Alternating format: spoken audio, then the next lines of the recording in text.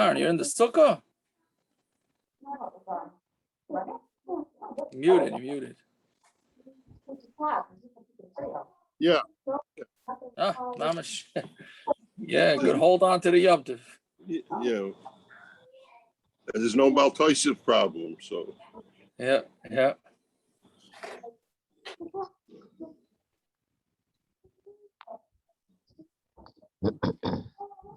Everybody's real talkative tonight. Guess everybody's excited about taking down the sukkah. Not tonight. Not tonight? Definitely not tonight. I was gonna take out the tables, and my wife is like, my daughter's having some party on Shabbos, and they're gonna do it in the sukkah. So I was like, okay, so I'm not taking down the tables and chairs yet. You know you're gonna have to do it at some point anyway. So my son's home. My son's home from yeshiva till Rosh Chodesh or something. So he said he'll help me on Sunday. Reb Shvi Yaakov, way back. In the 40s? In the 40s? Yeah, yes. My wife, when it hit Purim time, my wife said, if you think we're making Siddurim, if you didn't take down the sukkah, we're not going to make any Siddurim. We're not having Pesach if you don't take down the sukkah. That's great. Parrots, you usually take your time taking down your sukkah, no? I wait for the schach to dry, but it keeps raining, so. Yeah, I hear. Usually by Hanukkah, Famous words. Comes down. Famous words. I'm waiting for it to not rain for 3 days. This year you're pretty good, Parrot. It's not supposed to rain until Monday. What? It's not supposed to rain tonight a little bit? No, I didn't see that. This is why Parrots davens for rain.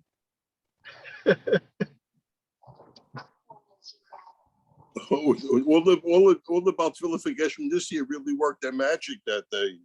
Yeah, I felt bad because some of these yeshiva guys in Shayashu said, wow, you really did a good job, and it started raining. I said, let me tell you something, buddy. If I had that koyach, I wouldn't be here for Yom Tov. I'd be in Vegas. All right. I don't know if they appreciated that or not. It only worked for those who daven late. Those who daven early, they're already home by the time it started. That is true, but we went into the sukkah, and I was like, why did Yaakov have to have such kavana? The problem was, we all went back into the dining room, and Shiva was sitting there. Here it rained the whole day in Muncie, the whole day. Oh, yeah? Yeah. It wasn't so bad. It wasn't so bad. Till like 4 or 5 o'clock, whatever. Right here. All right. Do we have a minion yet? Yes, we do. Okay, let's go. We're on Chof Chesem Beis, right? That's where we left off. Yeah, so 2, 4, 9, about 10, 12 lines down from the top. Iboilu.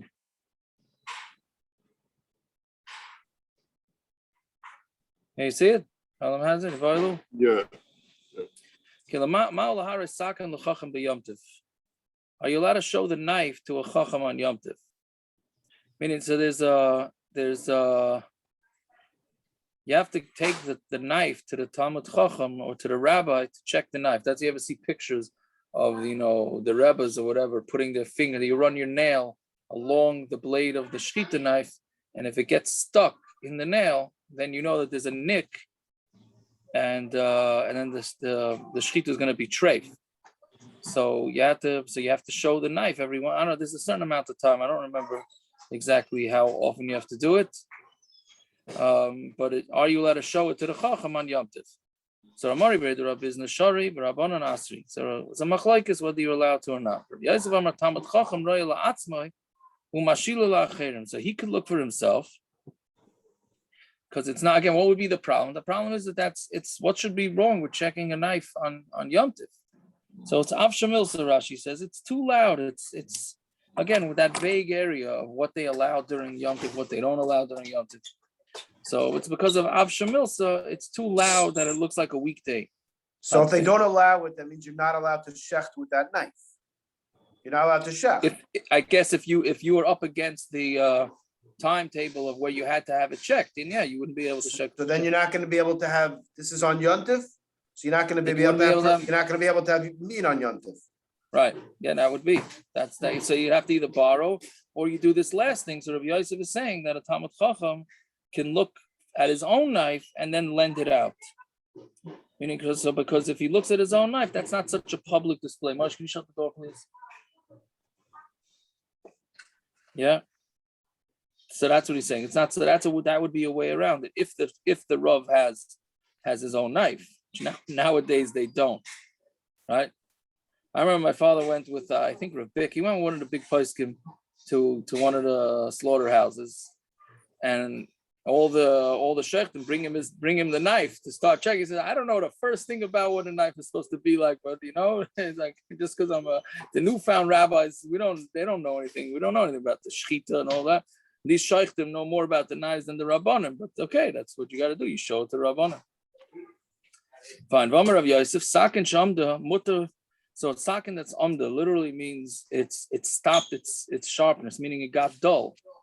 So mutter l'chad b'yomtiv, you're allowed to sharpen it on yomtiv. Ba'ani mili hu de paska agav duchka, but that's only when you could still cut it by pushing it.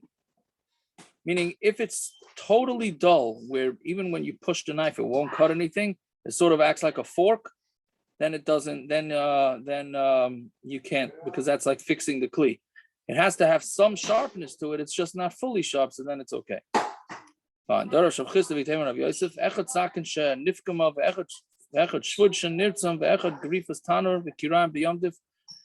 what are these? So a knife that becomes pogum, right? It has a nick in it. Is a spit. So you have the spit, the barbecue spit, so the end of it fell off. Right, and grifas tanur v'kirayim, that's shoveling out the with groof of a ketuma and hilchos Shabbos, right? You sweep out the ashes. Banu, so all these things, banu machlokes Rabbi Yehuda v'Rabbanan, it's the machlokes Rabbi Yehuda v'Rabbanan. The Tanya ain't ben yontiv l'Shabbos, elo oichel nefesh b'vad. So there's no difference between yontiv and Shabbos except for oichel nefesh. Rabbi Yehuda matir af machshirei oichel nefesh. Rabbi Yehuda says even machshirei oichel nefesh. Right. So what is it? So what? Meaning, we had this machlokes, I think a blot ago, right? We allow oichel nefesh, right? Yitzchak, can you shut the door, please? Right, I'm sorry. So we know that oichel nefesh is mutter, right? Anything you need for food preparation is fine. What about preparing the utensils that's gonna create the food, right? Like fixing knives, etc., etc. So that's what we're saying. It's a machlokes of Yehuda and the Rabbana. My time at the Tanakama, why did the Tanakama hold this? Right, it says only you can do what you need, but only what you need. Who? So what does that mean? What's the word who? Tell you who? Only for food, but not the utensils that are gonna create the food. It says lachem l'chol tzarchechem, for everything that you need. The Tanakama hoksiv lachem. So the Tanakama it says lachem. He'll tell you that means you, and you're not allowed to prepare for goyim, which we learned last week, right? No doing malacha for goyim and yom. And but it says who. Amalach ksiv hu uksiv lachem. It says who and lachem. B'loy kasha kam machshirin she'ef shel asois merav yontiv. Kam machshirin she'ef shel asois merav yontiv. One's talking about machshirin that they made on erev yontiv, and one is on machshirin that you are not able to make on yontiv. Meaning, if you're able to fix the utensils before Yom Tov, then you have to fix it before Yom Tov. If it's not possible to do it, then you don't have to. So this shaila came up. What about those that don't open bottles on Shabbos? Can they open bottles on Yom Tov? I mean, if you have the issue with the bottle caps, etc., right? Can you open them on Yom Tov? So that's l'chayra. If you hold that it's a malacha, so then that's machshirei oichel nefesh. Why can't you open the bottles before Yom Tov, just like you open the bottles before Shabbos? No? That's what I would think. But then a guy told me he was eating in yeshiva this Yom Tov, and there was a machlokes amongst the rebbeim. One rebbe said you could open it, one rebbe said you can't open it. I don't know. To me, it sounds like it's a machshirin that you could do on Erev Yom Tov, unless you want to say that the fizz is going to stay stronger if you don't open it.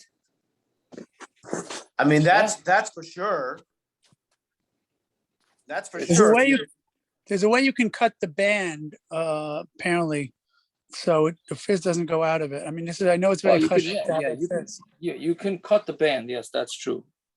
Just try not to cut your finger, that's all. Huh? Try not to cut off your finger as you're cutting the band. It requires a little bit of skill. Right. No, that's okay, but that you don't want to cut your finger, obviously. But I don't know. I thought Pasha that you're not allowed to. But I mean, from this Gemara, it sounds like, I mean, if it's possible to do it before, then you do it before. I don't know. Maybe he's saying it's going to stay fresher, the fizz. Maybe that's not a reason. I don't know. I'll have to look into it. Okay. From Yaakov, Yeah. the minion Yontif was mainly Chabad. The guys had so much, open the schnapps bottles on Yontif. It would be mamish take away from the Simchas Yontif if all the bottles were open before Yontif. I'm just telling you. They don't open. Geschmack is Simchas Yontif, They don't open bottles, I guess, on Shabbos. The schnapps bottles they did not open before Yontif. That's what I can tell you. I don't know about any of the soda or the seltzer, but the schnapps bottles wouldn't. Right, but schnapps doesn't have fizz. I'm just saying it's the Simchas Yontif of a guy taking a bottle out of his coat and pouring for 4 or 5 of his friends. You can't beat that Simchas Yontif. I hear. It's almost like me with carrying a sefer to shul. It's a Simchas Yontif. If I tell you, it's almost worth not using the Eruv. Right. I hear exactly where you're coming from. Okay. On plastic caps, I'm trying to find out. I think Wikipedia has the best halachapedia. If I remember correctly, plastic caps. Rav Yasha says they're rice. I'm just trying to find it for you. Yeah. To me, the rice is worth. But others say it's permissible. Obviously, it's Machlokes. To me, if it's the rice, open the freaking thing 2 minutes before sundown. But no, but other on people Yom Tov might not be, doctor. But Yom Tov might not be an issue because Machshira Yochel Nefesh that you can't do from before is fine. We're not talking about Shabbos. We're talking about Yom Tov. If Machshira Yochel Nefesh is EFsher from before Yom Tov, then do it on Yom Tov. I mean, I don't know, whatever. No, if you like your fizz and your seltzer and your soda, it could make a difference. It could. I think we should do a double blind test and see if the fizz really people know the difference. Okay. Maybe Erev too. Depends. If you do Mayim Chaim, that has enough fizz. Even if you leave the bottle open for a week, it still has the fizz because see them know how to do the fizz. Just point the cap away from you. Yeah. Fine. So I'm gonna 1 second before you go right there. I always thought you mentioned in regard to the if you pull off the bottom of the ring from the bottle, maybe that would fix that problem. Now, I know that my mother does it that way, but to me, that way doesn't make sense because really making the kli, which is the issue, it happens when you actually have it open, available into the air. So even if you pull off that little ring, you're not separating the ring, but by opening the bottle, you're automatically making that kli anyway. No, but the thing is, if it's something cracks off, then you've created something new. Mashenkin, if nothing cracks off, so the cap was a cap before, nothing changed about it. That's what those say. It's a whole sugya. I hear what you're saying, but I think that's where they're coming from. That there's nothing changed about the cap. The cap was there before, and the cap is there now. But if you had the ring on it and now you cracked it off, that's why the seltzers from ShopRite I open on Shabbos, because a lot of times the rings come off together with the cap. So then it's not a problem. Just because it's not really, so it happened to have cracked, then it's fine. ShopRite or ShopRite, fine. So I'm gonna find. I'm gonna read number shvud shenirtzaf also l'sagariyantiv. So a shvud, a spit that got it got bent. So you're not allowed to fix it on yantiv. Pshita, especially you can't fix it on yantiv. Like tzricha da'avagav the mifshet biyadei. Even though he could do it with his hand, meaning it's not so complicated, he's still not allowed to do it. This would be the practical application of this is if your glasses get bent. But a dancing, simchas Torah, somebody smashes into your glasses get bent. Can you bend it back into shape? From here, it's mashma that you can't, right? And that for especially glasses has nothing to do with achila. This is even for achila, you're not allowed to do it. So if you have a bent spoon or a bent fork, you can't, right? You can't bend it back. The question, the truth is, would be l'chayra, it has to be bent enough that. Well, see, the Rashi says the reason why it's also it's a tircha delight sarachu, because Rashi says you're able to use it. It's mashma that if you're not able to use it, then maybe it would be okay because you need it. You need it. Like you're going to say, what are you going to do now? You're not going to make a barbecue on Yom Tov. What are you going to eat? Right? Meaning, if it's not necessary, then don't do it. But if it's necessary, then you do it. Okay, fine. The spit that you roast the meat with, you're not allowed to carry it on Yom Tov. Right? Meaning, obviously, when you're how you roasting the meat if you can't carry it. So Rashi says after you finished using it, then it's disgusting, right? And you're ready, you don't need it anymore. So therefore you can't use it. So you just have to leave it.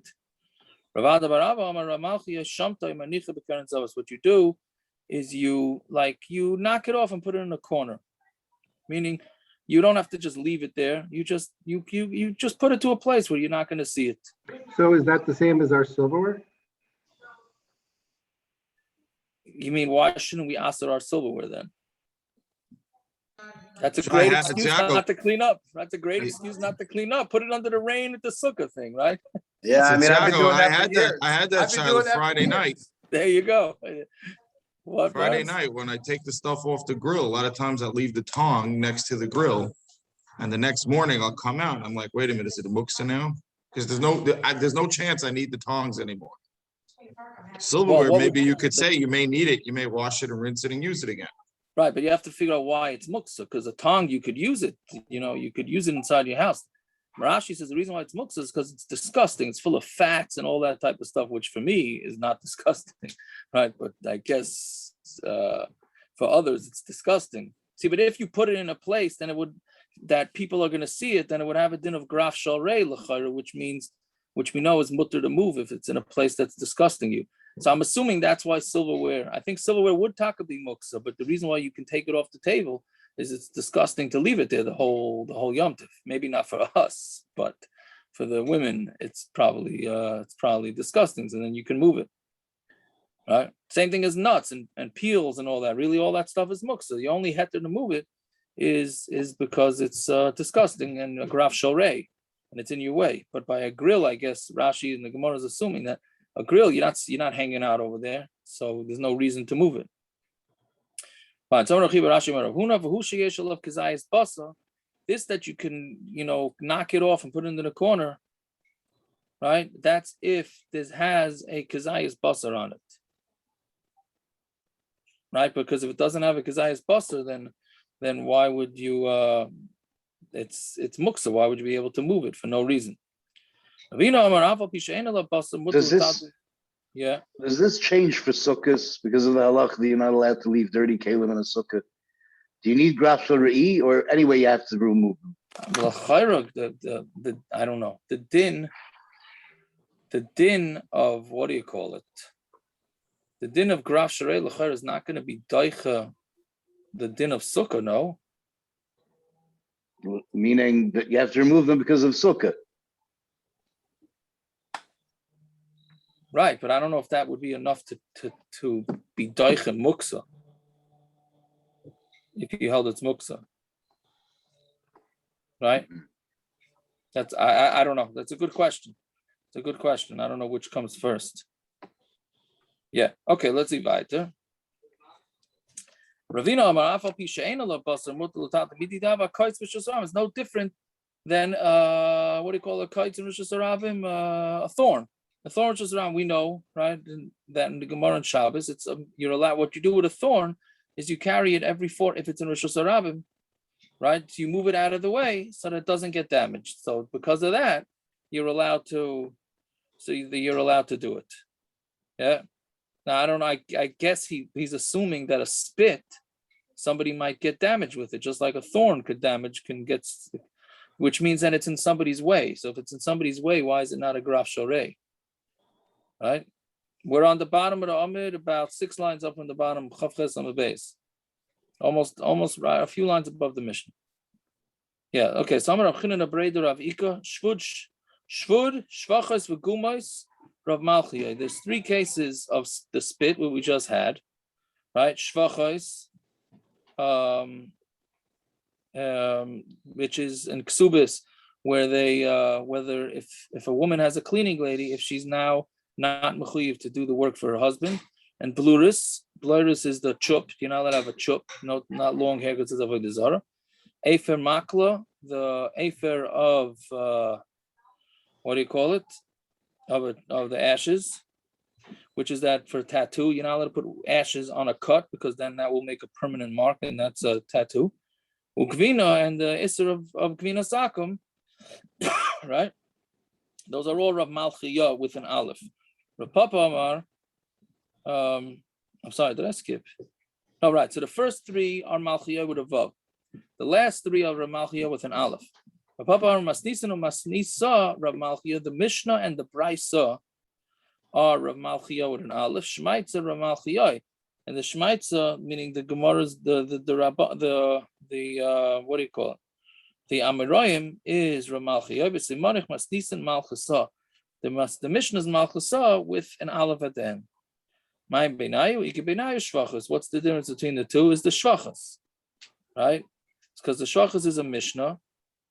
So then the question is, who does it go to, Rav Mלכיו or Rav Mלכיו? Yeah, okay. So Zok the Mishnah. Lo Yamar, continuing on this, no doing business on Yom Tif. That's all what all the Mishnayos have been.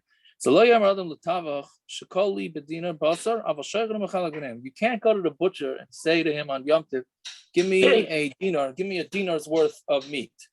But you can say Aval Shaychet Mechalak B'Neim, and then he could just give it out. Why is the butcher open? Back then, that's what that was. But if you can't to help people, you couldn't talk business, but right, but they had to be trustworthy. Yes, they had to be trustworthy. We had this once before that they were open for business because they needed people to. They didn't have refrigeration. You couldn't buy your meats a few days before, so the butcher would shecht and then he would give it out on Yom Tov. But you couldn't say I want a dinar's worth. That you couldn't do. You just you tell could them. say, give me a such and such a piece. Is that what you're trying to say? Yeah. Well, give me 2 veal chops or whatever it is. Correct. No money is allowed to be discussed. Right? It's a big musser for us who sit around and talk money a whole Yom Tov. I don't want to be makachik. A new year, but I'm saying, unfortunately, we're very lax with the whole money discussions things, right? How much you're going to make, business, and all that. You see that you can't. Are you saying, Gash? Rashi says an interesting lashon. Sha'asal haskir shame dam. The names of money. Money itself you can talk about. Just the words that we use to describe the values of money. How are you discussing money if you don't discuss the values? I don't know. In general terms, if you invest with me, you can make money. Instead of. What are you saying, Ralph? What are you saying? I've heard the barbecues use the expression "hara." Oh yeah, that's what you for mizuma, and you're talking about the cash, all the different descriptions for cash. Okay. We're recording now. So we're not gonna divulge the secrets for cash. I have a relative who used to discuss stocks on Shabbos, and apparently every stock tip he got failed. There you go. Although that could be that's not a raya. That's not a raya. Me too, and I try not to discuss it on Shabbos. No, but Dafka on Shabbos, whatever stock tip you get when you invest in it would fail. I mean, I hear. So most stock tips fail. So you went short on everything he said. So you made money on it. I wasn't paying attention. That's a good point. I wasn't. You try that. You know what you'll do? What'll happen? The stock will stay at the same price. That's what's gonna happen. No, nobody's gonna make. Okay, so now anyway, something about hechi of it. So how do you do it? Right? Meaning, if you're not allowed to discuss money, so how do you do it? So kiha. This now we're on to chaf testament al kiha. The basura amri in surah they said tarto pago tarto. Give me a tarto or half a tarto. Right? It wasn't a monetary thing. It was just called a tarta, right? Beneresh, chalko, palgo, chalka. They called it either a chalka or a half a chalka. Bedisa amri, ozio, palgo, ozio. So those were nicknames. Benharpakad, matamasi amri river, upalgu river. Okay, those were the nicknames that they used, and then I guess the butcher would know for after Yom Tif exactly how much that is. Okay, Zok the Mishnah. Aimer Adam. Continuing with the same thing. Fill me up this kli, meaning again, you're going to a store owner and you need a flour, you need oil, wine, whatever it is. fill me up this kli, avalei b'mida, but not you can't do it with a measurement, which we're going to see in the Gemara exactly what this means. If it's a measuring kli, then you're not allowed to use it. Okay, so basically, yeah, it seems like they're saying the same thing. Going back to the prior one, if you go into a store where they have meats and they're priced, and you want to, you could say, could you get me whatever, and the price is written on it. I'm talking about obviously a necessity, right? So they can put it on your bill, so to speak. I wondered, Taka, there you're not talking money, right? That's a good question. You're not talking money. I mean, I when I was upstate, you couldn't get, the meat was in the, the supermarket, whatever. So if you're in I'm just saying an urgent situation. I wonder if you could just say, okay, put it on my bill or whatever. Yeah, I wonder. So then how come they didn't just mark off prices? I guess I don't know. Well, they didn't have prices in those days. I mean, they had weights, we're going to talk about that. Right, so we're actually going to see that they pre-weighed things. Let's see the finish off the mission. We'll see. So anyway, so Rabbi Yehuda says, if it was a kli shel midah, then you can't use it. So Ma'isa Baba Shol ben Botnish, Shayim Amalim Midaisa Me'erev Yom Tif. He filled up all his measurements in Me'erev Yom Tif, because you're not allowed to measure on Yom Tif. But Noisa L'Kuchas b'Yom Tif, and he gave it to the L'Kuchas on Yom Tif, which was an easy way of him getting around. There was no discussion. He filled it all up before. And then he remembered, I guess, who he gave what to, and then he was able to charge them after Yom Tif. He even did it on Chalamayid, not only on Yom Tov, even on Chalamayid he did it. Rashi says take those words out, because Berurei Amidus means because he wanted to be honest with the measurements, which has nothing to do with the Chalamayid part. It has to do with the next part. But whatever. Even Chalamayid he did it, right? And then let's see the last sheet is chacham. Even during the week he did it because of mitzvah amidus, because of the measurements. Meaning, so there's two things. There's berurei amidus, which we're going to see in the Gemara, mitzvah amidus, or mitzvah amidus, which is that basically when you weigh things, right, David? This is in the grocery store issue, right? When you're weighing things in the takeout. So, you take the coleslaw, and then do you drain the coleslaw? Do you not drain the coleslaw? Do you take into account the plastic, not the plastic, right? All those things. So he was worried about the fizz, like you poured wine and you filled up, let's say, a pint, right? So the top of it, well, let's go with beer. Beer is the most, obvious. So you get a pint of beer, the top is fizz, right? That's not beer. So he was worried about that. So therefore, he filled it all up before Yom Tov, and like this, when the fizz went down, he filled it up again so that he would be very honest. And then mitzvah, this is that when you pour from the measuring cup into the other cups, there's always a little bit of oil left on the inside. So when he had time before Yom Tov, he poured it and he let it drip out so that everybody would get their exact measurements. He was very honest. Now you should know when they fill those growlers with beer. I mean, it's terrible because you see them waste, but they let it flow over until it fills up. They fill a bottle with soap and all the bubbles come out first. Right. It pains you to watch them waste it? It does pain me to do it, but on the other hand, when I get home and there's only half a bottle of beer, I'd be more upset. So it's a no-win situation. Right. Okay, but that's what Abba Shol ben Botnis did.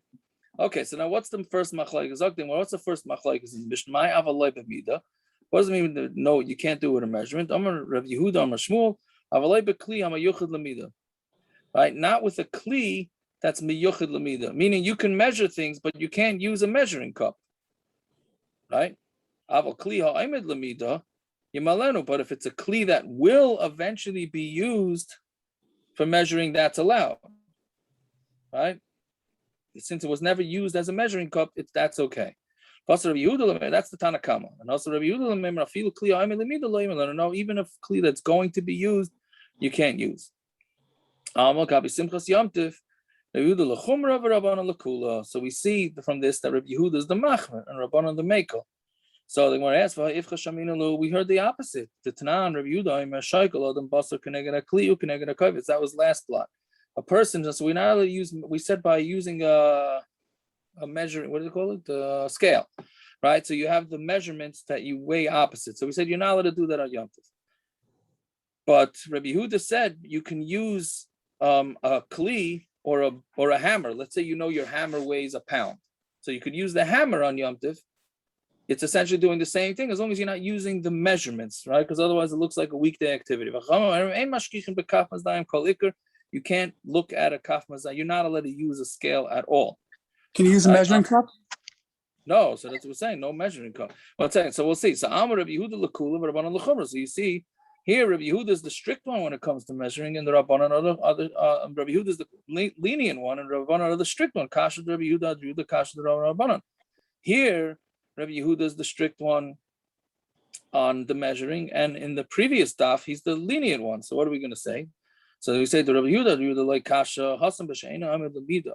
There, excuse me, he's not using a utensil it's going to be used for measuring. Here, because it's a problem, because by our Mishna, he's going to use it to be measured. Meaning, a hammer, he doesn't plan on using a hammer the rest of the year. He's just using it now on Yom Tiv. But a kli that will eventually be used as a measuring cup. So what are we playing games? You know that it's a measuring cup. You just because you never used it before you opened a brand new one, that doesn't mean it should be mutter. That's the Rabbi Yehuda would differentiate. The Rabbanan Amid Kasha Hasan Kavod Kedavdin B'chol. There, you're doing it. You're measuring the same way as you would do it during the week. You're just using a hammer instead of a weight. Okay, so that's a problem. Here, you're not doing like you did on a weekday. Because you never used this cup as a measuring cup yet, so therefore it's different. So each one has their reasons why they're machmer and they're makeup. Rava Amar, my avalai b'mida. Rava says, what does it mean? But it's not a mida, not with a mida. Shaloi yiskar like shame mida. You can't mention to him a measurement of a kli hamayuchad, but if it's a kli hamayuchad, then you are allowed to use it. So Yehuda says that you can't. Right, so he's saying an interesting thing. You're allowed to use the measuring cup, right? Just say fill it up and don't mention any sort of same thing with the money. Don't mention amounts of measurements, right? And Rabbi Yehuda says no, you're not allowed to. So you see, by Simchas Yom Tif, the Rabbi Yehuda is machman and Rabbanan mekel. But we see the opposite. It's not Rabbi Yehuda. I'm a shaykalad and basar keneged akli keneged a kaifetz. Rabbi Yehuda says you're allowed to use the weight, the scale, with a hammer. You can't use it at all. I'm a Rabbi Yehuda l'kula Rabbanan l'chumra. Same kasha. Kasha Rabbi Yehuda, kasha the Rabbanan, the Rabbanan. So we say the Rabbi Yehuda like kasha hasan b'sheina miyuchad l'mida. There, it's not miyuchad for the mida, right? The hammer is not meant to be used as a weight. But here the cup is miyuchad l'mida. The Rabbanan Amid like kasha hasan kavod kedav dinan b'chal. There they do it like they did it during the weekday. But hacha like kavod.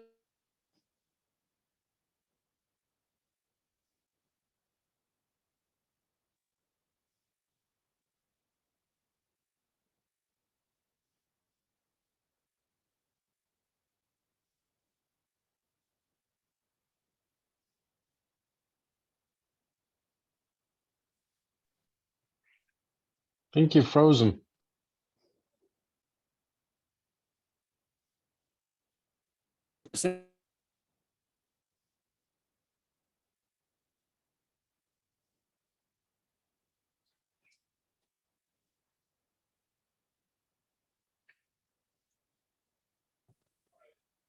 Food break, Dovi? Sorry, I don't know. What did it say? You hear me? You froze. Yes. You're back now. Yes. Now we do. You were frozen. Yes.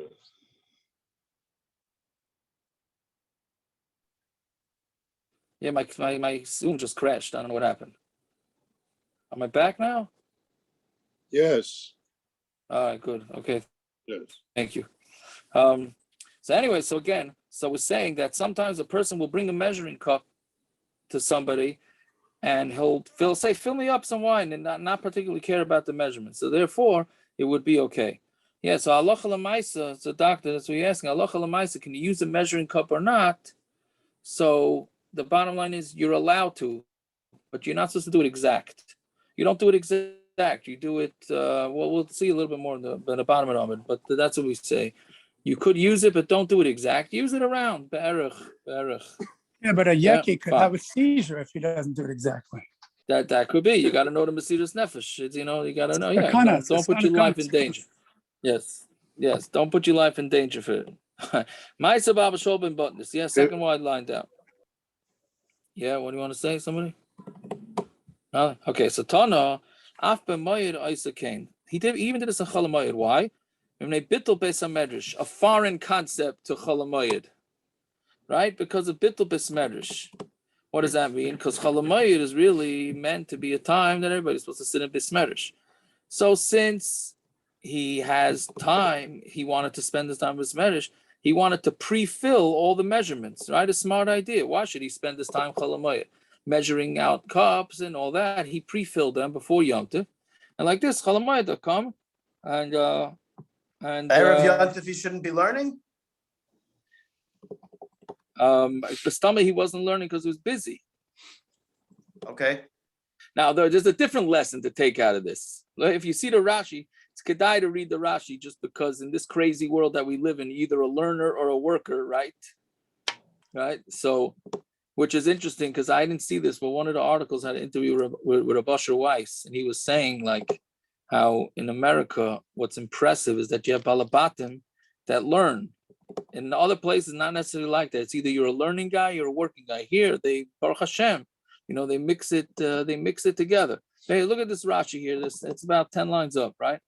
Chacham Gadol, right? Which Rashi, Reb Sia? About 10 lines up. Oh, you mean on the right? I'm sorry, the right column. There's two sets of Rashi on the summit. The right column, bottom 10 lines up. About Tana Af B'Mayir Isakem Ibnei Bittul B'Samedrash. Okay. Yeah, on the right column of Rashi. There's no Tosfos, so we usually read more Tosfos inside the Rashi, but again, we have no Tosfos, so we could read a Rashi. Yeah, right. So he says, "Shahaya Chacham Gadol." He was a big Talmud Chacham. Abayim Rabim Lishal Imenu. People would come ask him shilas. Abayim Rabim Eiskin B'Torah.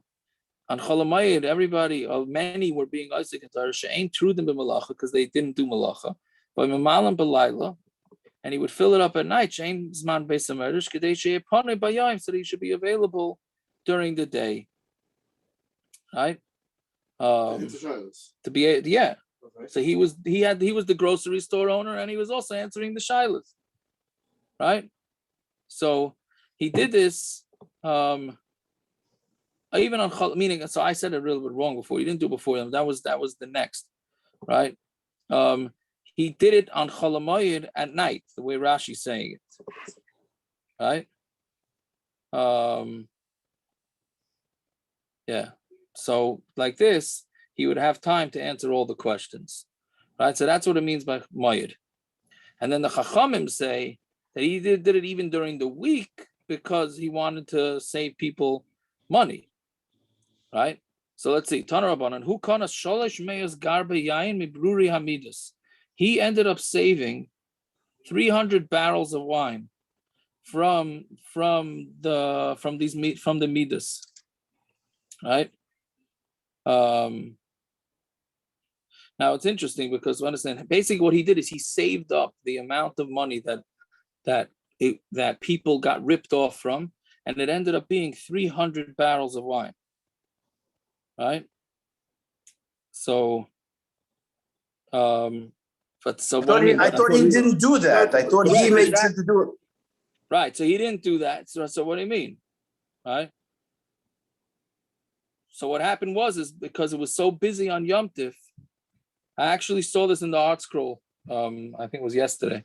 It's I don't know, check which footnote it has in the art scroll, but they bring from the Tosfos Rid that when he ran out of these pre-filled ones and people were in a rush, so they were Michael.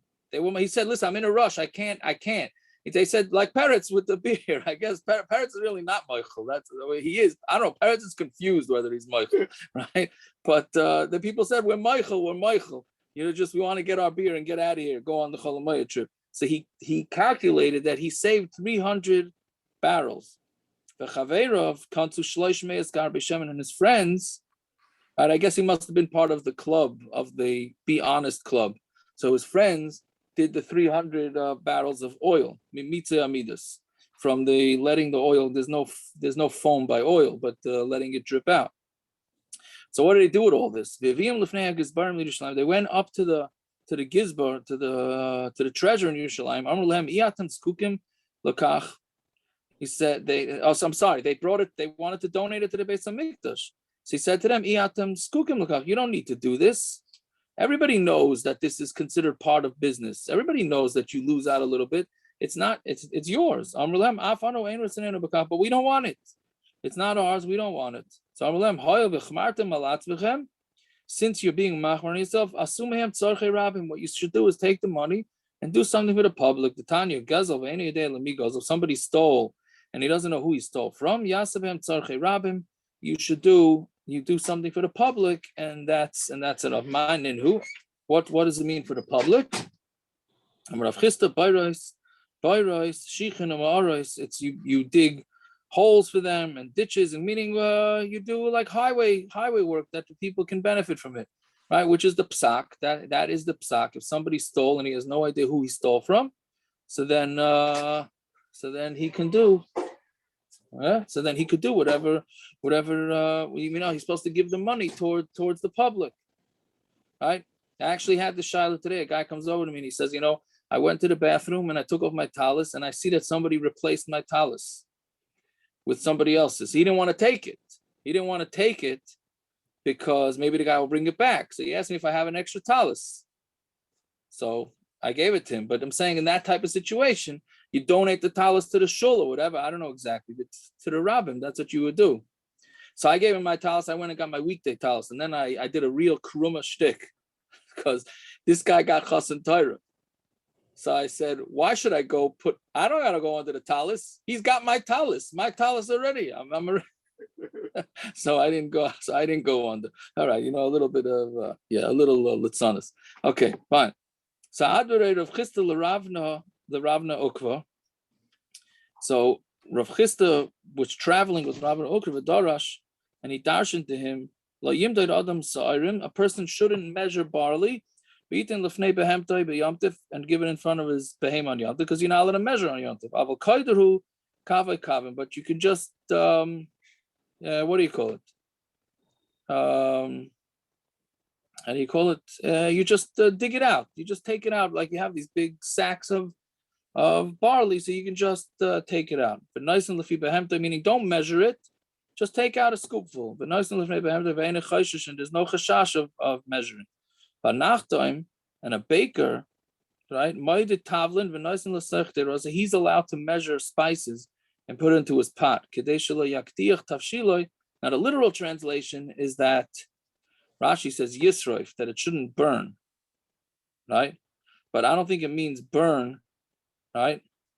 It just means that he's going to make the food, if he messes up on the measurements, he's going to mess up his food. So therefore, he's allowed to measure. So Amarav, my dad is Isha Kemach b'Yom Tov. A woman is allowed to measure her flour on Yom Tov, and put it into her dough. One second, yeah. This nachtan. Yeah. So it comes out that a regular person can't measure because it's meknei, but someone who's actually selling it can measure. How does that work? Well, no, fakert. The nachtan might be selling it. Tavlin, he measures it. He's selling it. Right. So we can't do it. I'm not selling anything, but I can't measure because it looks like Mekach Memker. Right. So that's the guy who is doing Mekach Memker can do it. Correct. That's what it's mashma from here. That's mamash what it's mashma from here. But it's a diyun of exactly when you would be allowed to measure, when you're not allowed to. But 100%, that is the diuk from this Gemara. Right. But then the thing is the next line. Amarav, my dad is Isha Kemach b'Yom Tov. If a woman is allowed to measure flour and put it into her dough, so that she'll take challah with how do you call it? Ein yafa. Not cheap. She won't be cheap, right? But Shmuel Amar Aser. Shmuel says no, you're not allowed to do that. Now the reason why she's going to be cheap, if she knows that she put in the right amounts, she's not going to be mafresh you shall be mafresh the dough because she knows the ingredients and she nailed it. But if she's nervous about the ingredients, then she's not going to take off the right amount of challah. Even though me'ikar adin, you really only have to take off a little bit of challah, but we're supposed to take off 1/24 and give it to the kohen. And a baker is what? 146? How does it go? 48. 48. 1/48. Right? So we're Now, afraid. how is she supposed to know 1/24 without measuring? No, so you just take a rand. Nobody who measures now when they do hafrashas challah, whoever measures, you just take. Right? So we're afraid. Why doesn't it tell me the biggest chiddush? The bigger chiddush is don't even measure for challah. No, but we're afraid she's going to be cheap on giving it to the kohen. Kohen's going to lose out now because she's going to be afraid that she's not going to have the right amount of ingredients. If she doesn't measure her flour, she's not going to take 1/24. That means, correct. Is she allowed to measure 1/24 or not? The actual challah, is she allowed to measure? No, it does. Sounds like not. So what do we care? What do you mean? Because she's going to take There's a no ayin handful. yafa anyway. No, but she's going to take a handful, and now she's going to be cheap. Well, I don't understand. If she's anyway going to take it by ayin yafa, she's not. If she measured it, if she would have measured her flour, she's still not allowed to measure 1/24. Correct. So what would she do? She'd take by ayin yafa. Now that she doesn't measure the flour, we're scared. She's going to take less. Yes, because she's going to be missing some essential ingredients because she doesn't know if she put in the right amount. So by taking more, she might lose out some ingredients. That's the way I understand it. I don't know. I never baked a challah in my life. I can't tell you. Parrots, we need parrots for this too. I don't know. I told that card to call you the other day. Are you allowed to take off more or no? Supposed to try to take off exact amount. No, you could take off more. You could take off more. But here, in this case, we're afraid she's not going to take off even enough. So anyway, so Shmuel says Asr, right? He goes like Gershon, right? Vatana the Shmuel mutter, right? So we said, well, we have a stira. Shmuel said, and the Bei Shmuel, right? Right, the Besmedrish of Shmuel said Asr. I'm sorry, mutter. Amar Abaya hashta damar Shmuel Asr. Vatana the Shmuel mutter. Shmuel himself said Asr. His Besmedrish said mutter, right? See, those things happened back then too. Yeah, so on Talmud Beis. So Shmuel halacha l'maisa asal hashmeinan. Shmuel is trying to tell us halacha l'maisa. Meaning, Shmuel is saying it's really asr, right? I'm sorry, it's really mutter, but this whole Tosfos here, it's because when we had this last plot, it's really halacha ve'ein moirin came. Right, really, the halacha is that you could measure, but you don't tell it to people because if people don't understand, then memela they're gonna end up doing malacha, etc., etc. Which again, the whole concept of halacha ve'ein moirin, we didn't have enough time on Erev Yom Tov to spend time in it. So what? So if at halacha ve'ein moirin came, so what do we do? Right? So what do you do? So ein moirin came means you don't say it over in a shir. You don't say it over as a psak. So somebody comes and asks you, can I measure my challah now? You say yes or no. L'chayra, no. You have to tell them it's awesome. So then what's the point? Right? So is it a b'di'evet? Naftali is saying it's a b'di'evet. Rashi says, if he does it, ain't moichin. You don't make a macha? I look at it like Chol Yisrael. Yeah, what do you mean? Meaning you say, okay, no, you're supposed to, you're not supposed to. So you're not going to make a macha if somebody's eating it. I just want to gas up Rabbi. It's a 940. So I don't, yeah, but it's got to be more than that. He doesn't, Rashi doesn't say halacha ve'ein moirin. He says it's mutter. Right? So the question is, what about your inner circle? What about the rabbi's inner circle? Can he say to the guy, listen, let me tell you something. Unter and Tish, as once we're dealing with challahs and cash, all right? Unter and Tish, right? I'm telling you that it's really okay, or even that not. I think one of the achrayim on the Mishna says you're not even allowed to do that. So how do you learn it by Rabbim?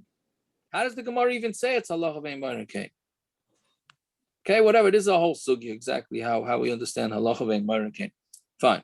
Tana Rabbanan, yes, the top line. Tana Rabbanan ain't shining. He says no. The wife says, "Well, I do it." You're not allowed to sift challah on Yom Tov, meaning, but not sift. Of course, you can't sift challah on Yom Tov, right? It's talking about to re-sift it, That's what Rashi says. You sifted it on Erev Yom Tov. You're a good boy. You sifted it on Erev Yom Tov. And then Mastama, what happens is the wife says, what kind of sifting job did you do? Right? So we got to re-sift it. Right? That's L'chara what it is. So we're saying you're not allowed to. Another bailout. For Rabbi Yehuda ben Beseira Amru, in the name of Rabbi Papias, they say shinen, you are allowed to. So you're not allowed to re-sift it, but you're allowed to use it? Why can't you use it? Well, why would you want to re-sift it? Because you didn't think it was done right the first time. So either you or the spouse. One is somebody. Okay, but I'm saying you're not allowed to re-sift it, but your wife is going to be mochel and say, okay, we're still going to use it? I guess. I mean, I don't know. What else? According to him. Now, what's the machlokes? Again, the same thing, with the same theme as we call it. There's no tir. It's all a matter of tircha, right? So it's not meaning. Does it look like more tircha to re-sift or not? That's what the machlokes. That's what machlokes is telling you, right? But the shavin shim nafel. Let's say you did sift it and everything's good, and then some kid throws rocks or wood into your mixture, then everybody says you're allowed to, right? You're basically there because why are you sifting it? You're sifting it to get the junk out. Yeah. So then that would be okay. So Tani Tana Kamedu Rabbi, ain't shining kamak b'yomtiv, aval nafel tzora kism bayra b'yadai. You can do with your hand. Amalei kol shekein to asa tavalei kibayru. That's for sure asa. That's mamish bayra, to take the bad from the good. Yeah. So Darash Rava Baravuna Zuti. Yeah. Apischa den harda. He said it on the door of harda. Shining kamak b'yomtiv. You are allowed to do it a second time on yomtiv. Samalei Runachem Puku v'amrulei la'aba. Go tell it to go tell it. Rashi says Abba doesn't mean father here, it means to my friend. Go tell it to my friend, right? Shikula tivusach ushtiach achizri. Take your goodness and throw it onto thorns, right? Meaning puk chazi kam maholta hadron benarda. Go look how many sifters are going around in the harda. Right, meaning you came with this big chiddush that you're allowed to re-sift it. Everybody's doing it already. You're late to the game. That's basically what he told them. Take your kula. We don't need to be makatov. Everybody's been makel anyways until now. So who cares? Yeah, fine. The Rav Yosef, the wife of Rav Yosef, Naala Kimcha Agavada Maholta. She would re-sift the flour on the back of the sifter, in order that it should look a little different than the regular way to do it. So like we learned in Yom Tov, a lot of things you have to do with shinui. Amar La, so he told her, Rabbi Yosef told her, Chazi, Ta'na rifta ma'al yasabina. I want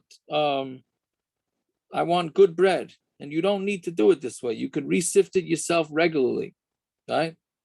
So he was not happy with the chumrah. He was afraid he was going to sacrifice on his good bread. Devisu de Rav Ashi, then the wife of Rav Ashi, Nala Kimcha Gava de Psaira, she would re-sift the flour on the back of a table, right? Meaning the tables back then had like these indentations. So somehow she was able to sift it that way. So Rav Ashi, Hadi done, right? Meaning my wife, Barte de Rami Bar Chama, she is the daughter of Rami Bar Chama, but Rami Bar Chama, Mara de Uvda Hava, and he was a Mara de Uvda. Rashi says he was medaktik b'maisav. He was very from. Had she not seen her father doing this, she would never have done this. Meaning she's saying, my wife grew up in a very from household. So Mamela, her father did this. So therefore, that's why she does it. But it's not the halacha. The halacha is that you could sift it. Okay, so the Mishna continuing in the same dinam. A person can go to a store owner who he's used to, meaning he's trustworthy because he's used to going to him, right?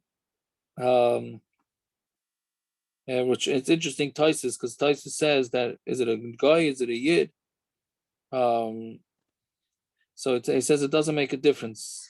Meaning, what would be a guy? Because how do you know that the guy, you're going to buy something from a guy Yom Tov, how do you know he didn't pick it that day?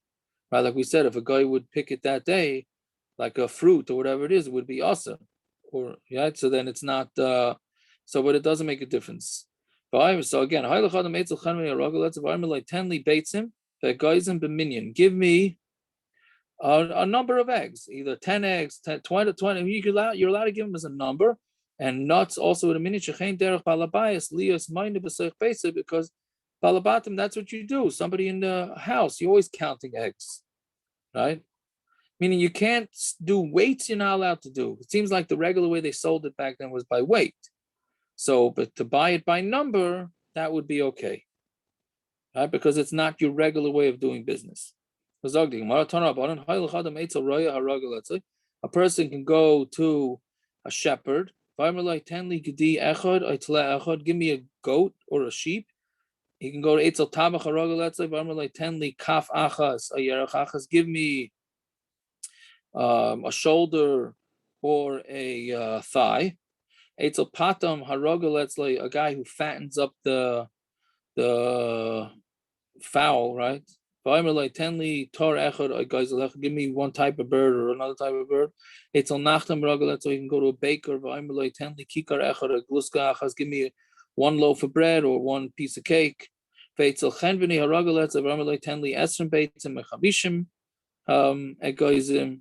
me 20 eggs or 50 nuts, 10 peaches, right? Peaches, yeah.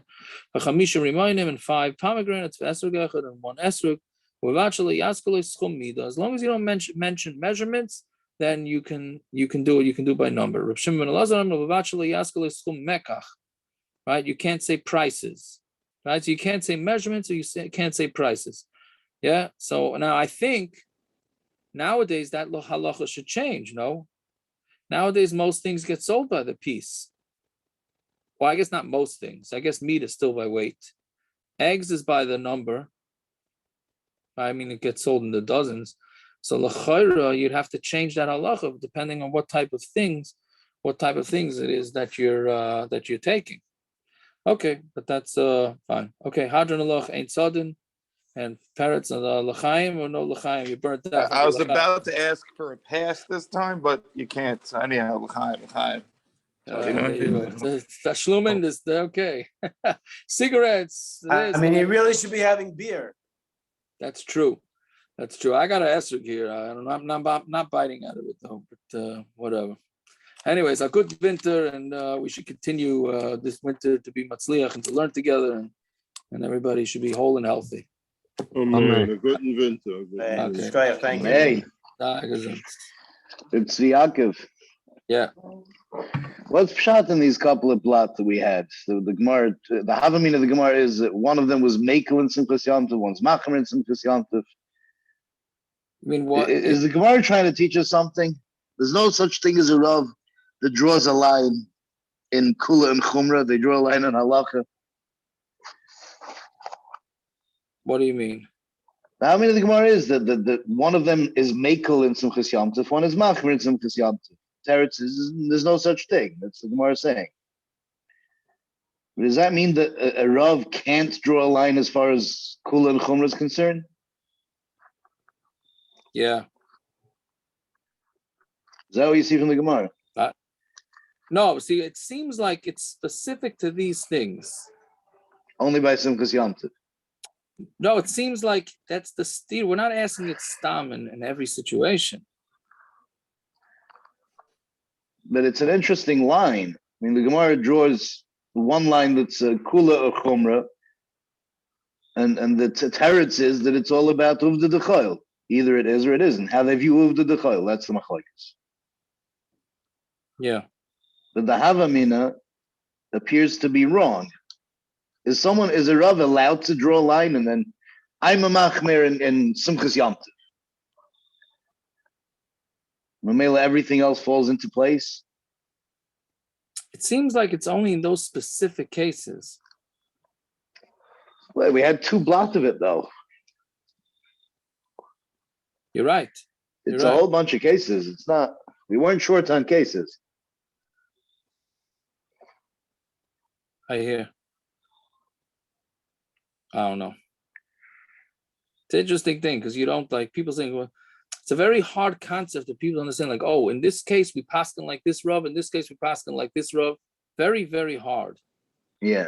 Hard thing. I was thinking the first time I saw this lashon in the Gemara, it reminded me of the Chazon Ish and Reb Moshe. People think of Reb Moshe as a makel and the Chazon Ish as a machmer. It's just not true. Of course not. Right. I think that was what I first thought of when I saw the Gemara, like the Kalamayit. The first Gemara that we had like this. Gemara is teaching there's no such thing as a Rav who's a machmer, Rav who's a makel. On the Lamaisa there is. Yeah. I think I found 2 kulas from Revival. See, it's interesting. I saw that. Revival, my father once explained it to me. Revival, hold on. Are we recording? Can we stop the recording, parrots? I'll stop it. I can stop.